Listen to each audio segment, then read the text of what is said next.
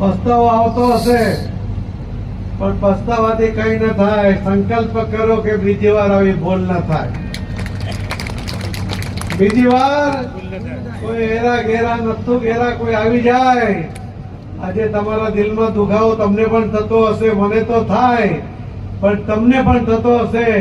અને એટલા માટે જયારે વિધાનસભાનું ઇલેક્શન આવ્યું અને એક અપક્ષ ઉમેદવાર ભાઈ બોલ્યા કે પાટીલનો પાવર ઉતારો છે, એટલે હું અહીંયા આવ્યો હતો. અને ત્યારે મેં કહ્યું હતું, કાર્યકર્તાઓને જે મળવાનું થયું અને કહ્યું હતું કે પાવર પાટીલનો નથી, પાવર કાર્યકર્તાઓનો છે. અને એવો કોઈ આવીને કહી દે કે હું પાવર ઉતારી દઈશ, એની તાકાત નથી કે પાવર ઉતારી શકે.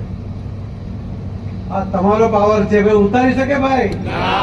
તો બોલો ને. એમ બીજી વાર કોઈ આવું બોલવાની હિંમત ન કરે, એટલી તાકાત સાથે બોલો કે તમારો પાવર કે ઉતારી શકે? ઉતારી શકે. એટલે આજથી સંકલ્પબદ્ધ રહેજો.